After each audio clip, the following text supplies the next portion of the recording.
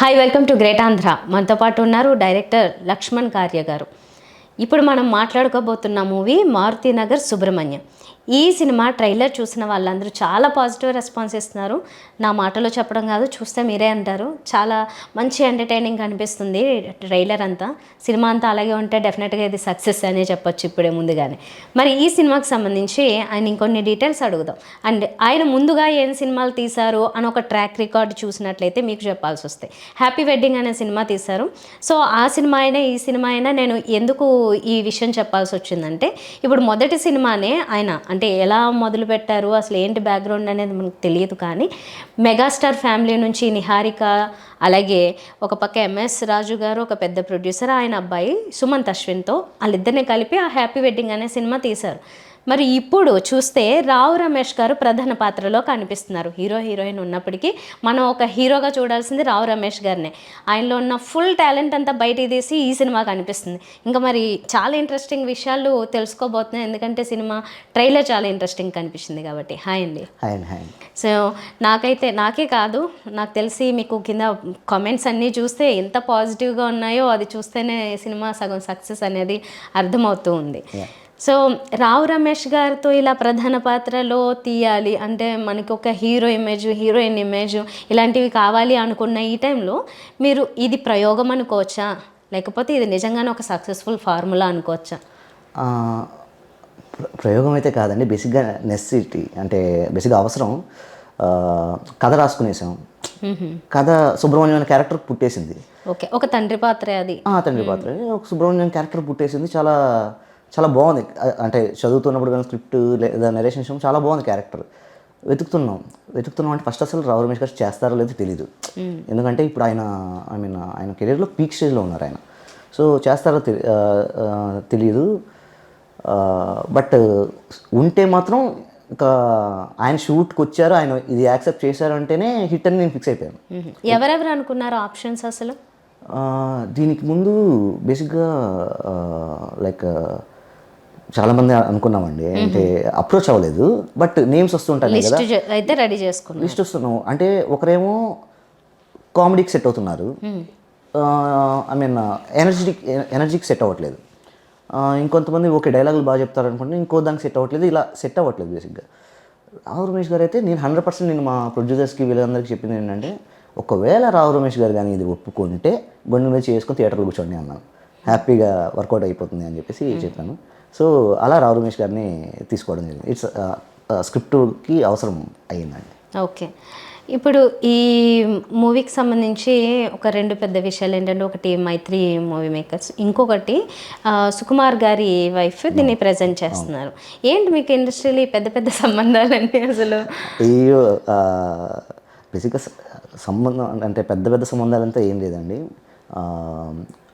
కవిత గారు సుకుమార్ గారి వైఫ్, మా వైఫ్ వాళ్ళ కామన్ ఫ్రెండ్ సరిత గారని వాళ్ళ తెలుసు అనమాట. తనకి ఎప్పటి నుంచో తెలుసు, కానీ బట్ మేము అసలు సినిమాలు చేస్తామని కానీ లేదంటే ఇది కానీ వాళ్ళు మాట్లాడుకున్నారో లేదో తెలియదు. కానీ ఎప్పుడైతే మేము సినిమా స్టార్ట్ చేసాం, పీబీఆర్ సినిమాస్ అని వాళ్ళు స్టార్ట్ చేశారు, మధ్యలో ఏదో కొంచెం వాళ్ళు ఇంకా ముందుకు తీసుకెళ్ళలేరు అన్న టైంలో మేమే దిగామన్నమాట ప్రొడక్షన్లోకి. లోకమాత్ర సినిమాటిక్స్ మా అన్నయ్య ఆస్ట్రేలియాలో ఉంటాడు.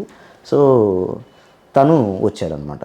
ఎప్పుడైతే మేము ఇన్వాల్వ్ అయ్యేసరికి ఇంకా మెల్లగా కవిత గారి వరకు వెళ్ళిందనమాట. లాస్ట్ డే ఆఫ్ షూట్కి ఇలా సినిమా చేస్తున్నారు, ఎవరు అంటే రావు రమేష్ గారితో చేస్తున్నారు అన్న టాపిక్ వచ్చింది.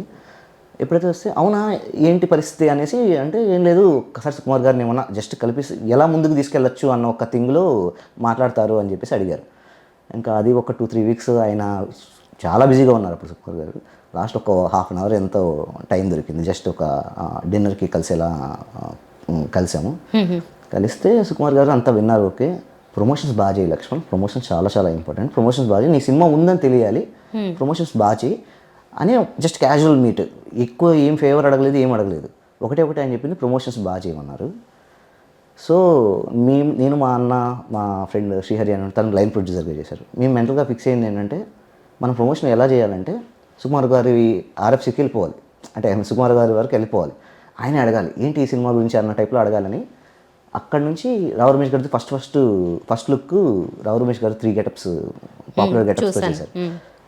అక్కడ నుంచి క్యూఆర్ కోడ్తో ఫస్ట్ టైం క్యూఆర్ కోడ్తో పోస్టర్ లాంచ్. అవునండి, అది కూడా అడగాలి అసలు. కాదు, అట్లాంటి ప్రయోగాలు చేస్తే ఏమనుకుంటారంటే చూసిన వాళ్ళు ఒక క్యూఆర్ కోడ్ స్కాన్ చేయాలంటే రకరకాల భయాలు ఉంటాయి కదా మామూలుగా. అమ్మో మన డబ్బులు ఎక్కడ ఎత్తుకెళ్ళిపోతారో, ఏం జరిగిపోతుందో, ఏం హ్యాక్ చేస్తారో అని. మీరు అట్లాంటి ప్రయోగాలు ఎలా చేశారు అసలు? లేదండి, బేసిక్గా ఆబ్వియస్లీ రావు రమేష్ గారితో ఒక సినిమా చేస్తున్నామంటే ఎంత కాదనుకున్నా సరే ఓకే ఇది ఒక చిన్న సినిమా నాకు ఫీలింగ్గా ఉంటుంది. లేదంటే ప్రమోషన్స్ మనం ఎంత గట్టిగా చేసినా సరే, ఎంత పెద్ద గెస్ట్ల దగ్గర లాంచ్ చేపించినా సరే దానికి ఉండే ఇది అలాగే ఉంటుంది.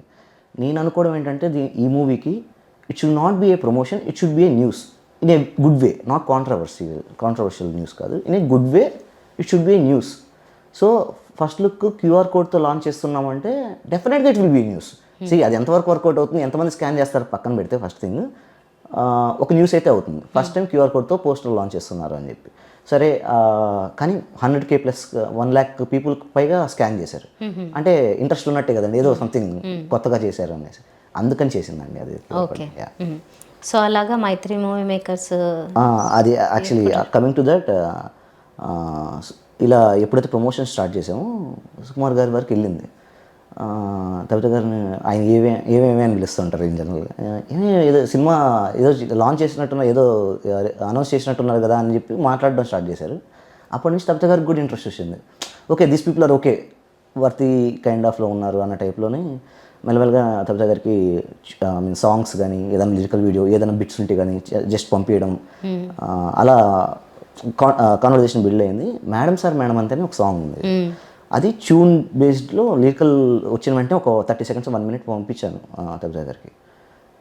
పంపించిన వెంటనే ఫోన్ చేశారు. ఫోన్ చేసి లక్ష్మణ్ సాంగ్ అద్దరిపోయింది, చాలా బాగుంది, నాకు పిచ్చిగా నచ్చేసింది, నాకు విజువల్స్ ఎలా ఉంటాయి నాకు తెలియదు కానీ సాంగ్ అయితే అద్దరిపోయింది, డెఫినెట్గా పెద్ద హిట్ అవుతుంది అంటే అలా కాదండి, ఇది చిన్న సినిమా పెద్ద హిట్ ఎందుకు అవుతుంది అంటే లేదు పక్కా బాగా వెళ్తుంది అని చెప్పేసి చెప్పారు. రిలీజ్ అయిన వెంటనే అది నిజంగానే బాగా వెళ్ళిపోయింది అనమాట, చాలా బాగా. ఈ మధ్య అనుకున్నాను నేను సిద్ శ్రీరామ్ మళ్ళీ కనపట్లేదు ఏంటి అని, మళ్ళీ ఆ పాటతో దర్శనం ఇచ్చారు. ఆల్మోస్ట్ ఊరి పేరు భైరవ కోనాలు ఒక సాంగ్ ఉంది సిద్ధు గారిది, ఆ తర్వాత మేడం సార్ మేడం అంతేనే చాట్ బస్టర్ అయింది. అదే మధ్యలో గ్యాప్ వచ్చింది, అప్పుడైతే లైన్ గా ఇంకా అన్ని ఆయన పాటలే అన్ని హిట్స్ అలా, ఇది కూడా మళ్ళీ హిట్ అయింది. ఇంకా పాటలో కూడా మీరు కొన్ని అన్ని అల్లు అర్జున్ గారి ఏదో రీమేక్ చేసినట్లుగా అలాంటి సీన్స్ పెట్టారు కదా ఎక్కువ హీరోయిన్ తో. అది కథకు సంబంధించిందే అండి.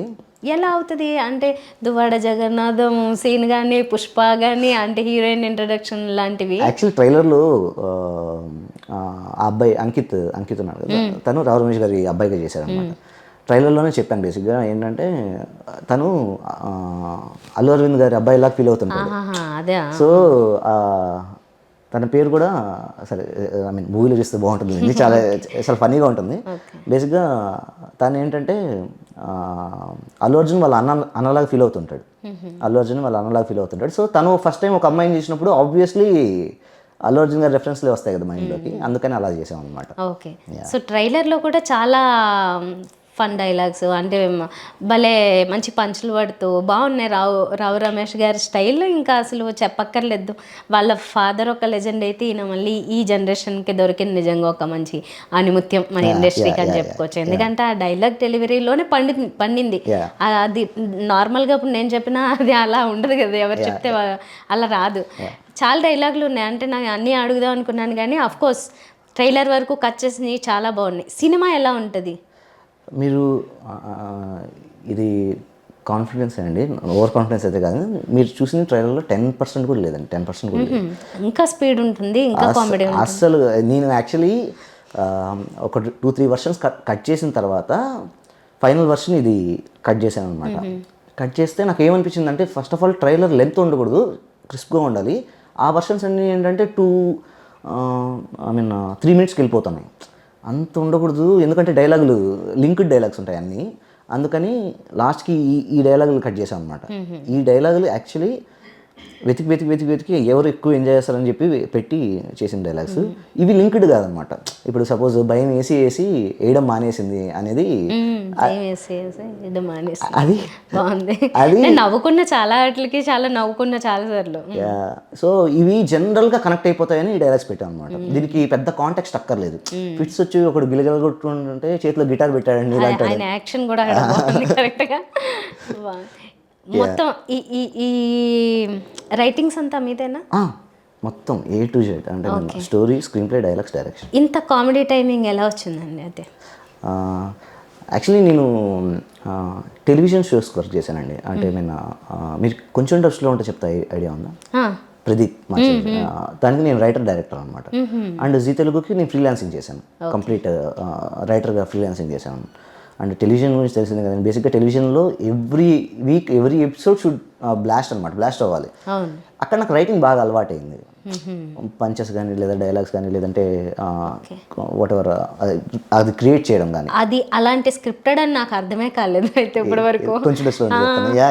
అయ్యో ఆబ్వియస్లీ కదండి, ఇంటర్వ్యూస్ అంటే ఒక్కొక్కరు ఒక్కొక్క మూడ్లో వస్తారు. సెలబ్రిటీలు, వాళ్ళు పెద్ద సెలబ్రిటీలు, ప్రతి ఒక్కరికి ఒకటే ఫార్మాట్ ఫాలో అవ్వలేము మనం. వాళ్ళ మూడ్ని బట్టి, వాళ్ళ థింగ్స్ని బట్టి అలా నాకు ప్రదీప్ అనేది బాగా సింక్ అనమాట. మేము కళ్ళతో మాట్లాడుకునేస్తూ ఉంటాం. సో అలా చేసామన్నమాట. మొదటి సినిమాకి ఈ సినిమాకి అయితే 6 ఏళ్ళు గ్యాప్ అండి. మామూలుగా ఏ డైరెక్టర్ కన్నా అది చాలా పెద్ద కెరీర్ కదా అదంతా. ఇప్పుడు రాజమౌళి గారితో పోల్చుకుంటే ఒక సినిమా తీయడానికి ఆయన 5 ఏళ్ళు పడుతుంటే మీరు ఒక సినిమా తీసి ఇంకో సినిమా తీయడానికి మధ్యలో గ్యాప్ తీసుకున్నారు. ఇది యాక్చువల్లీ గ్యాప్ తీసుకోలేదండి, వచ్చింది. ఈ మధ్యలో ఏం చేస్తున్నారు అంటే ఎవరికైనా కొంచెం ఫైనాన్షియల్ ఇవి ఉంటాయి కదా, మరి ఆ మధ్యలో ఇప్పుడు ప్రతి డైరెక్టర్ అండి ఎంత ఆస్పైరింగ్గా ఉంటున్నారంటే వాళ్ళకి అవకాశం దొరికితే చేయాలి సినిమా అని. మరి మధ్యలో ఏం చేస్తారు మీరు? యాక్చువల్లీ కొన్ని యాడ్స్ చేశానండి. అదే జీ ఎలా ఉంటుందంటే, జీ నాకు అందరూ బాగా బాగా తెలిసిన వాళ్ళు, కొలీగ్సే కాబట్టి. తర్వాత జీ ఒక 2-3 యాడ్స్ చేశాను, ప్రొడక్షన్ చేశాను, డైరెక్ట్ చేశాను. అండ్ కేటీసీ ఒక సీజన్, కొంచెం టచ్లో అని చెప్తే ఒక సీజన్ చేశాను. ఇది కాకుండా ఏం చేశానంటే ఒక 2 కథలు పట్టుకొని తిరిగాను, వర్కౌట్ అవ్వలేదు, ఎక్కడ వర్కౌట్ అవ్వట్లేదు. అండ్ ఇప్పుడున్న మామూలుగా హీరోస్ అందరూ కూడా చాలా బిజీ. అంటే వాళ్ళకి ఎలా ఉందంటే ప్రతి ఒక్కరికి 2 years లాక్ అండి. ఎక్కడికి వెళ్ళినా సరే మనం 2 years వెయిట్ చేయాల్సిందే. ఇప్పటికే నాకు కోవిడ్ ఈ 2 years తీసేస్తే ఆల్మోస్ట్ గ్యాప్ చాలా వచ్చింది. అంటే మీరు ఎస్టాబ్లిష్డ్ యాక్టర్తో చేద్దామని చూసారా? యాక్టర్తోనా? అంతే అండి. ఎస్టాబ్లిష్డ్ అంటే ఒక 2 films 3 films వరల్డ్ వాళ్ళు ఉంటారు కదా, వాళ్ళు కూడా 2 years బ్లాక్ ఉన్నారా? అయ్యో నిజంగా ఉన్నారు. 2 years అంటే కమిట్మెంట్స్. కోవిడ్ తర్వాత ఏమైందంటే అండి, కథలు బాగా విన్నారు. సో అందరికీ కమిట్ అయిపోయారు. సో అది పైలప్ అవుతూ వచ్చిందనమాట. సో ఇప్పుడు నేను వెయిట్ చేయలేను యాక్చువల్లీ, ఇంకా ఆబ్వియస్లీ చేయాలి. అప్పుడు ఒక ఈ స్టోరీ వచ్చిందా? ఈ కథ రాసుకున్నాను. ఓకే మీరు చెప్పింది ఏంటంటే కొంచెం టచ్లో ఉంటే చెబుతా ఇలాంటి షోల వల్ల మీకు కామెడీ ఈ రైటింగ్స్ మీద గ్రిప్ పెరిగిందంట. ఓకే. ఇందుకే రావు రమేష్ గారు ఏమన్నారండి అంటే ఇలాంటి స్క్రిప్ట్లో ఆయన కూడా చేయలేదు కదా ఇలా ఫుల్ లెంత్, ఇంకెన్నాళ్ళు ఫుల్ మీల్స్ పెట్టాలని ఆయన చేతే చెప్పించారు. సో ఆయనకి ఎలా అనిపించింది ఓవరాల్గా అసలు? అదే అండి, అదే ఫస్ట్ కథ చెప్పడానికి వెళ్ళాను రమేష్ గారికి. అంటే దానికి ముందే అందరూ చాలామంది రమేష్ గారు చాలా సెలెక్టివ్, ఆయన అస్సలు బాగా రిజెక్ట్ చేయడం చూసి ఈజీగా రిజెక్ట్ చేస్తారు. ఆయన నచ్చకపోతే మొహమాటం లేకుండా చెప్పేస్తారు. నన్ను కూర్చొని పెట్టండి రా బాబు, ఫస్ట్ మీరు నెరేషన్లో నన్ను కూర్చొని పెట్టండి, ఆ తర్వాత చూసుకుందాం అన్న టైప్లోనే ఉన్నాను. ఫస్ట్ ఒక 15-20 minutes అన్నట్టే వెళ్ళాను అనమాట. రమేష్ గారు వచ్చారు. ఫస్ట్ సినిమానా? లేదు సార్, హ్యాపీ వెడ్డింగ్ చేశాను సార్. సరే చెప్పు అన్నాడు. అంటే ఫస్ట్ డైలాగ్ చెప్పాను, నా సినిమాలో ఫస్ట్ డైలాగ్ అది, స్క్రిప్ట్లో రాసుకున్న ఫస్ట్ డైలాగ్. సార్ ఏం లేదు సార్, సాధారణంగా జీవితంలో కష్టాలు ఉంటే అది కథ అవుతుంది, అష్ట కష్టాలు ఉంటే కామెడీ అవుతుంది సార్ అని. పగలబడి నగర్ టేక్ ఆఫ్ పగలబడి నగర్, ఇది నా సినిమాలో ఫస్ట్ నేను రాసుకున్న డైలాగ్ అది. ఆ డైలాగ్ రాసుకున్నాను. అది చెప్పగానే ఫస్ట్ పగలబడి నవ్వేశారు. నవ్విన దగ్గర నుంచి మొత్తం ఒక 15-20 minutesలో బ్రీఫ్ చెప్పేశాను, ఇది అని చెప్పేశాను. ఆయనకు అర్థమైపోయింది 15-20 minutesలోనే. యాక్చువల్ నాకు అదే అండి, నాకు ఆశ్చర్యంగా ఉంది. నేను 2 hours నరేషన్ ఇచ్చిన ఏది వర్కౌట్ అవ్వాలి, 20 minutes ఇచ్చింది వర్కౌట్. ఎవరు చెప్పినా నరేషన్ టైం చాలా టైం పడుతుంది. అండ్ ఫస్ట్ థింగ్ యాక్టర్స్ కూడా ఎలా ఉంటుందంటే అండి, ఈ కథలు వినాలంటే 2 hours కూర్చోవాలి కదా. ఫస్ట్ 15-20 minutesలో అర్థమైపోతుంది ఇది వర్కౌట్ అవుతుందా, మనం చేస్తామో లేదా అని క్లియర్గా అర్థమైపోతుంది. ఆ తర్వాత కూడా వినాలంటే వాళ్ళు చాలా ఇబ్బంది. అండ్ స్టోరీ వినడం అనేది ఎలా చెప్పాలి, నచ్చంది వినడం చాలా టార్చర్. అది నిజం టార్చర్ అసలు పాపం. నేను అందుకనే ఎవరికైనా వెళ్తే ఫస్ట్ 15 minutes వినండి, నచ్చితేనే చెప్తాను. I don't want to waste your time. నచ్చకపోతే వద్దు, ఇంకా ఆపేద్దాం అనేసి. బట్ నేను చెప్తే వింటారండి. నాకు స్టోరీ నరేషన్ కొంచెం బాగానే ఉంది. సో 15-20 minutesలో బ్రీఫ్ చేసేసాను కంప్లీట్. ఇక్కడ ఇది స్టార్ట్, ఇది మిడిల్, ఇది ఎండ్ అన్న టైప్లో చెప్పేశాను. ఆయన పిచ్చిగా నచ్చింది. సుబ్రహ్మణ్యం క్యారెక్టర్ పిచ్చిగా వచ్చేసింది. సో ఆ తర్వాత డీటెయిల్డ్ నరేషన్ అంటే స్క్రిప్ట్ పట్టుకొని డైలాగ్ నుంచి కంప్లీట్ ఫస్ట్ హాఫ్ ఒక రోజు, సెకండ్ హాఫ్ ఒక రోజు కంప్లీట్గా చదివి వినిపించేసి. ఆయన డైలాగులు ఏంటంటే రమేష్ గారు ఒక కొన్ని సీన్స్ ఉంటాయిలేండి, అక్కడ లక్ష్మణ్ ఇక్కడ అని చెప్పి లేచి ఇక్కడ నేను ఇలా చేస్తాను యాక్టింగ్ చేసి చూపించేస్తాను అనమాట. ఇది ఇక్కడ చేస్తాను అది నాకు బాగా యూజ్ అయింది షూట్లో. సార్ ఆ రోజు అక్కడ ఇది చేస్తాను సార్ అంటే సరే అది చేద్దాం అని అలా. అమ్మాయి హీరోయిన్ కొత్తనా?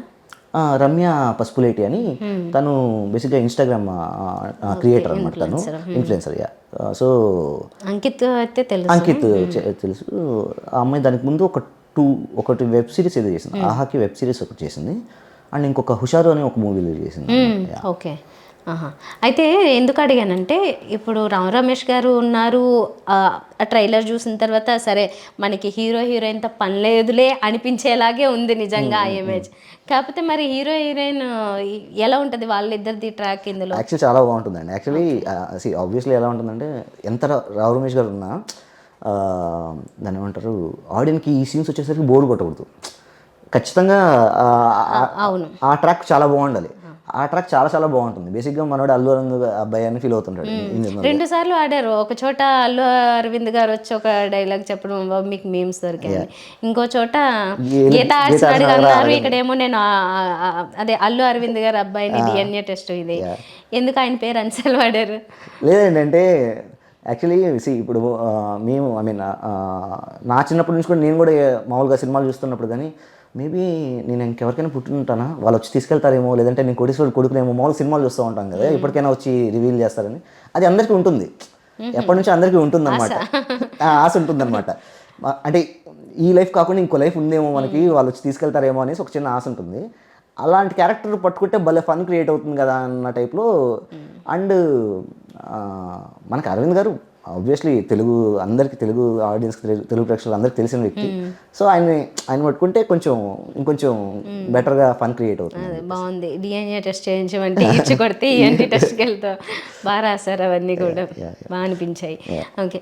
ఇంకొకటి ఏంటంటే ఇప్పుడు మేజర్గా సమస్య మన థియేటర్లో రీసెంట్ కల్కి విషయానికి వద్దాం. జస్ట్ ఎగ్జాంపుల్కి అంత పెద్ద సినిమా వస్తే కూడా చాలామంది ఇంకా మూవీ ఇండస్ట్రీలో వాళ్ళు చూడలేదన్న వాళ్ళు కొంతమంది ఉన్నారు. అంటే థియేటర్కి వెళ్ళి చూడలేదు.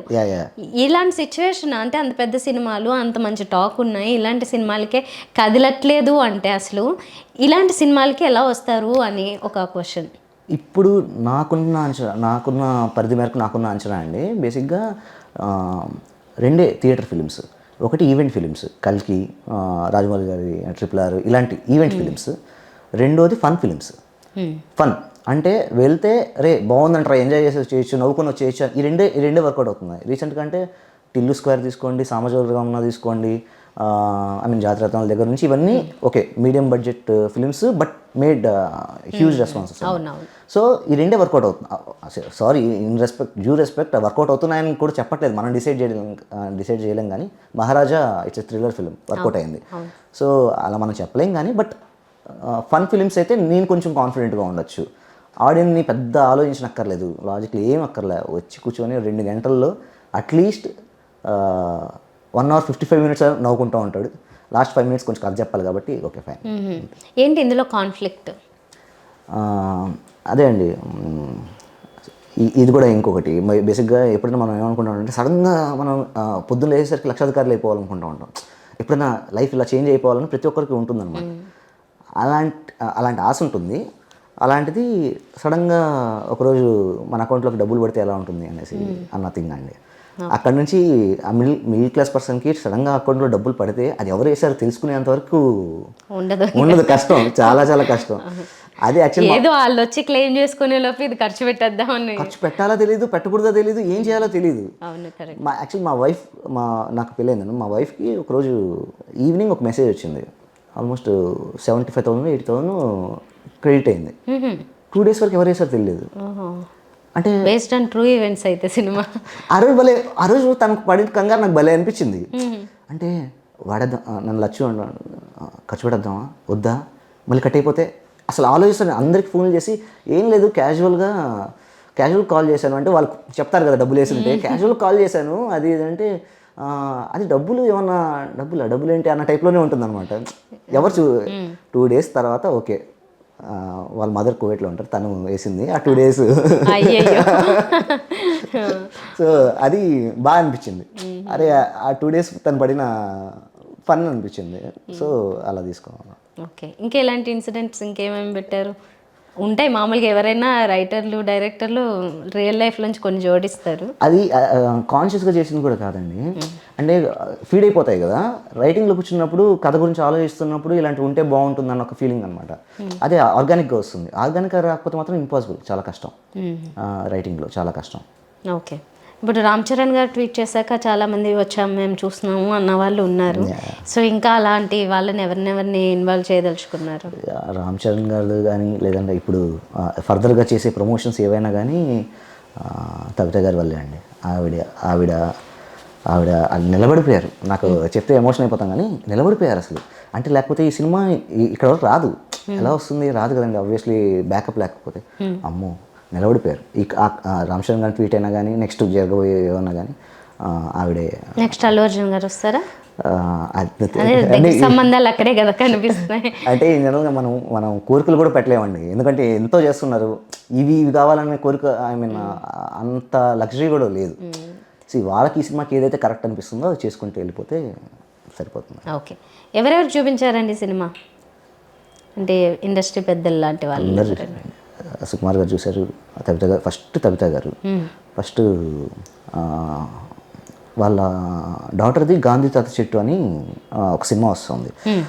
కవిత గారు అది ప్రజెంట్ చేశారు. దానికి ఇన్వైట్ చేశాను అనమాట.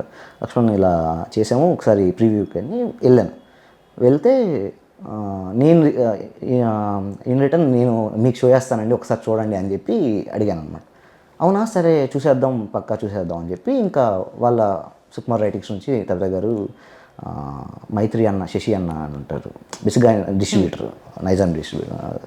సో తను ఇంకొక ఆల్మోస్ట్ ఒక 30 members వచ్చారు. షో చేసిన తర్వాత షాక్ అయ్యారు బేసిక్గా. ఎట్లా ఉంది థియేటర్లో?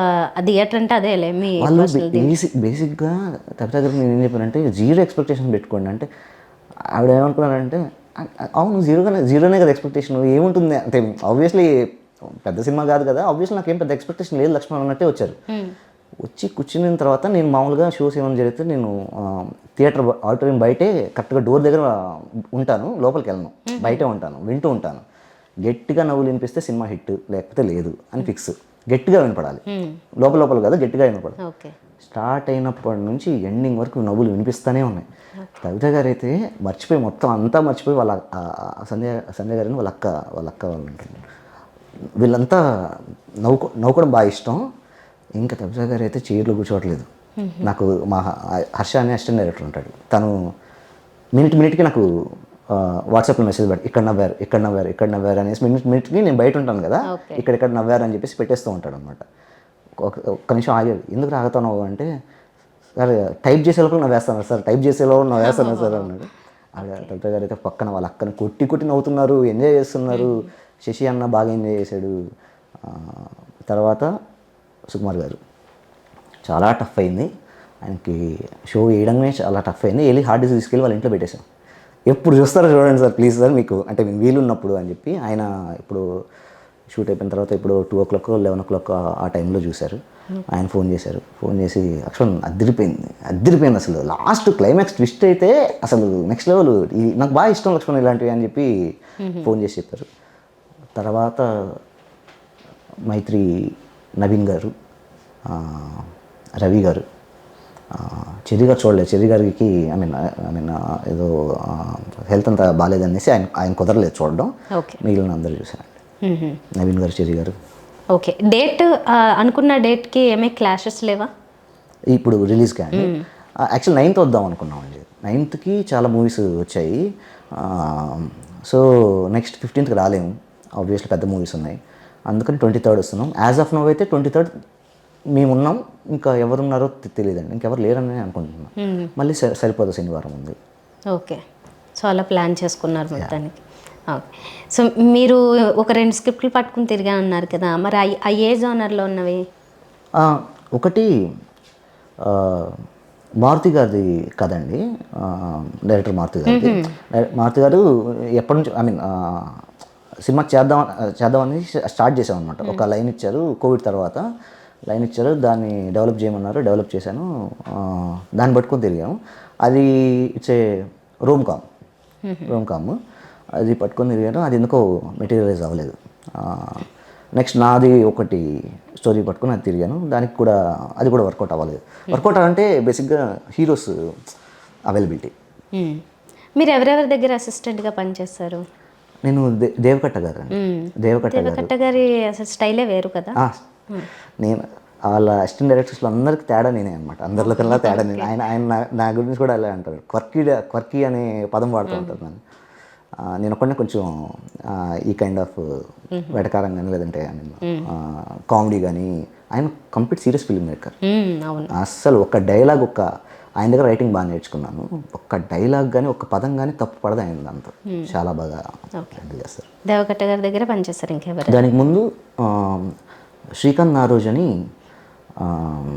Cameraman, DOP, Autonagar Surekha and మొగుడుకి చేశారు. ఈ మధ్య సందీప్ రెడ్డి వంగ గురించి ఒక గుర్తుపెట్టుకో, సందీప్ రెడ్డి వంగ అని చెప్పి పేరు ఏదో ఒకటి పాపులర్ అయింది కదా, అది ఆయన అనమాట, శ్రీకాంత్ నారోజ్ అని.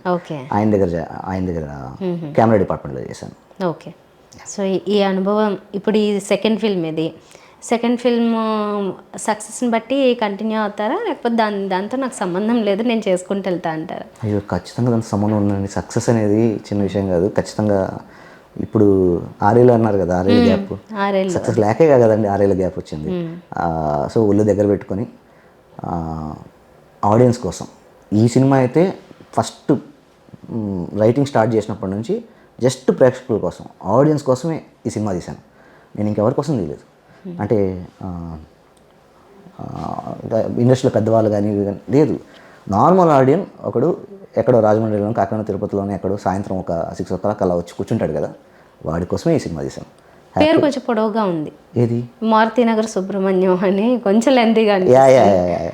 అంటే తప్పలేదండి, ఆ మారుతి నగర్కి సుబ్రహ్మణ్యానికి లింక్ ఉంది, అందుకని పెట్టాను. ఇంకొక స్వార్థం కూడా ఉంది. మా డాడీ పేరు సుబ్రహ్మణ్యం, మా ఏరియా మారుతి నగర్, 2 పెట్టేస్తారా? సరిపోయింది. ఓకే. సో ఇంకేమన్నా చెప్పాలనుకుంటున్నారా ప్రేక్షకులకి? ఎందుకంటే నేను చూసినంత వరకు నాకైతే అంత పాజిటివ్గానే కనిపించింది. రిలీజ్ అయిన తర్వాత ప్రేక్షకులు దయ మనకు తెలియదు. ఇంకా మీరేం చెప్పాలనుకుంటున్నారు? యాక్చువల్లీ ఈ సినిమా మాత్రం మీకోసమే చేశానండి. ఎందుకంటే మీరు చూస్తేనే మాకు ఇక్కడ లైఫ్ ఉంటుంది, మీరు చూస్తేనే మేము ఇక్కడ కొనసాగగలం. నమ్మి థియేటర్కి రండి. 2 గంటలు నవ్వుకోకపోతే చూడండి, మీరు డెఫినెట్గా ఆబ్వియస్లీ ఫస్ట్ షో టాక్ వచ్చిన తర్వాత వెళ్ళండి, నేనేం చెప్పట్లేదు, టాక్ వచ్చిన తర్వాత వెళ్ళండి, డెఫినెట్గా నవ్వుకుంటారు. పెయిడ్ ప్రీమియర్స్ పడతాయి, ఆ టాక్ వినండి. రమేష్ గారి గురించి చెప్పనక్కర్లేదు, జస్ట్ సినిమాలో ఒక 10 minutes ఉంటేనే ఊపేసి వెళ్ళిపోతారు సినిమాని ఆయన. అలాంటిది ఒక 2 hours ఉన్నారంటే ఇంకా మీరు అర్థం చేసుకోవచ్చు. ఆయన విశ్వరూపం చూస్తారండి, రావు గారి ర్యాంపేజ్. థ్యాంక్ యూ అండి. రైట్ అండి, thank you so much and all the best. Thank you so much అండి.